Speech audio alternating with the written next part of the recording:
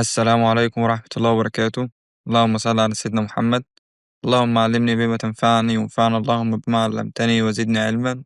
في الفيديو اللي فات خلصنا السويتش وقبليه خلصنا الاف ستيتمنت. ان شاء الله النهاردة عندنا مفهوم جديد وهو اللوبس او التكرار.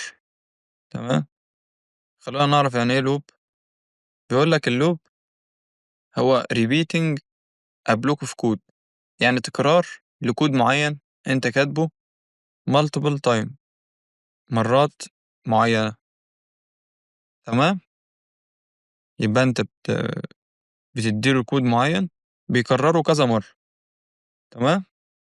بيقول لك انواع اللوبس، عندنا الفور لوب، الفور اتش، والوايل، والدو وايل، والنستد لوب، يعني كذا لوب جوا بعض.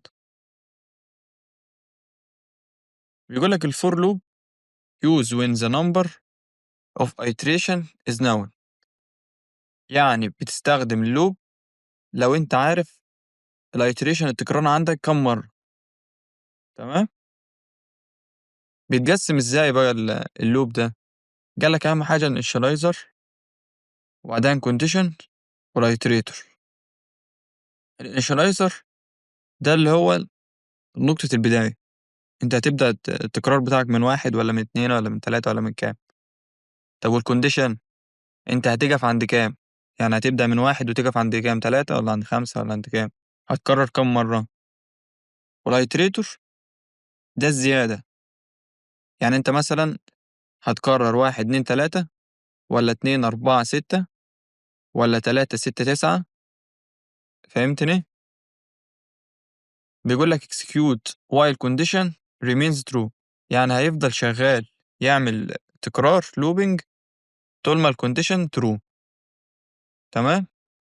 خلينا نشوف كده الاستراكشر مع بعض على الفيجوال ستوديو. قال لك بتعمل ايه؟ قال لك بتكتب فور. تمام. فور هو ده الفور لوب. تفتح قوسين، جوه القوسين بقى قال لك احنا هنبدأ بايه؟ الانشرايزر، البداية. فقال لك هتعرف متغير اسمه اي، انت هتقول له الاي بيبدأ من الواحد. فانا قلت له اي ايكوال واحد، ده ايه؟ ده الانيشاليزر، نقطة البداية، يعني انا عايز ابدأ التكرار بتاعي من واحد. طب والكونديشن؟ قال لك الاي ده لحد ما يوصل لحد 10. تمام. يبقى انا هبدأ التكرار من واحد لحد ما اوصله لحد 10، بس هيقف. طيب انا هبدأ التكرار ازاي؟ واحد اتنين تلاتة اربعة ولا اتنين اربعة؟ لا، قال لك هنبدأ واحد وواحد. تمام. فقال لك هتكتب هنا بلس بلس اي، يعني الاي بتاعتي تزيد كل مرة بمقدار واحد. تمام. هنكتب بقى البلوك اوف كود اللي احنا ايه عايزين ننفذه. بس هي دي الفور بتاعتنا. يبقى الفور قال لك اهم حاجة نقطة البداية، واحنا خليناها من واحد، فانت بتعرف متغير اسمه اي، فانت بتقول له انت اي بيكوال واحد، يعني ابدأ لي من واحد. والاي الشرط بتاعنا لحد ما توصل لحد العشرة. طب لو كتبناها كده بس اقل من العشرة، فانت هتيجي لحد التسعة وتقف. تمام. احنا بنقوله بتساوي 10، يعني حتى توصل لحد العشرة. والزيادة بتاعتنا بواحد بلس بلس الاي، يعني كل مرة زود لي الاي بواحد. تمام. تعال نجرب كده نطبع أي حاجة.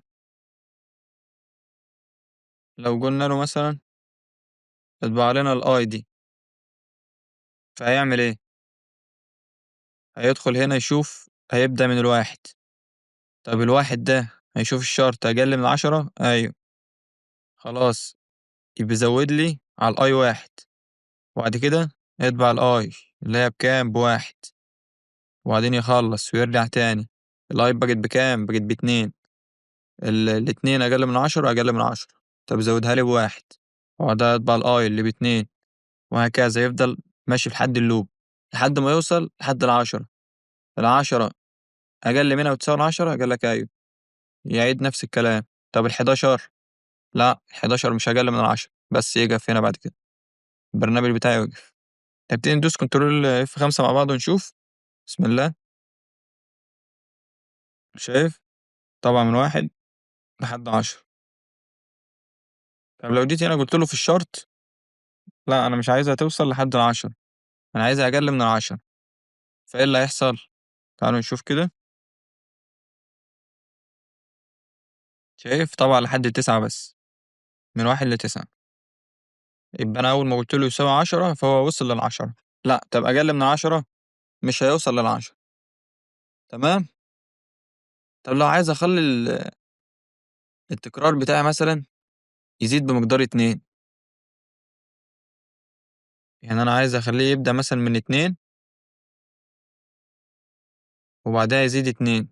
إزاي؟ تعالَ نشوف طيب. هنقول له الi +2. تمام؟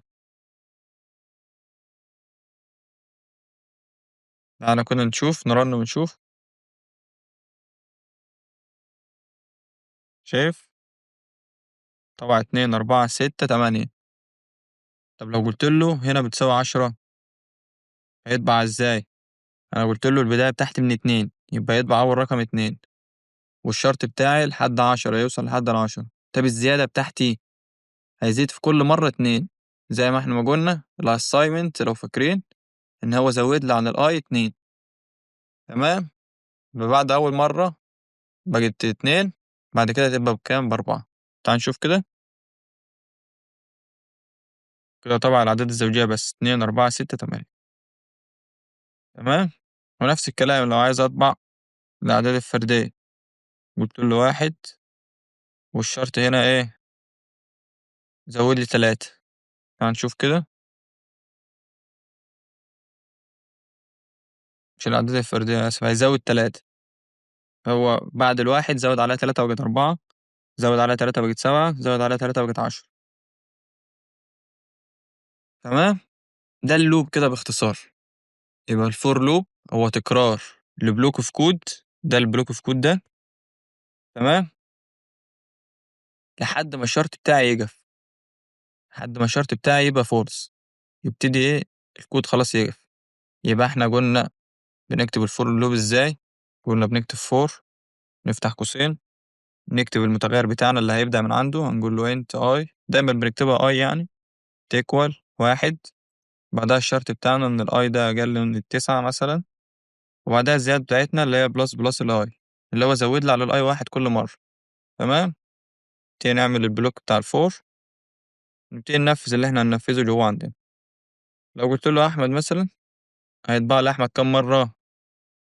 المفروض 8. يعني عِد كده 4 و4 8. تمام؟ ليه؟ لإن أنا قُلت له أقل من ال9. بس كده دي الfor loop. إن شاء الله المرّة الجاية ناخد الfor each. وبس كده، السلام عليكم ورحمة الله وبركاته.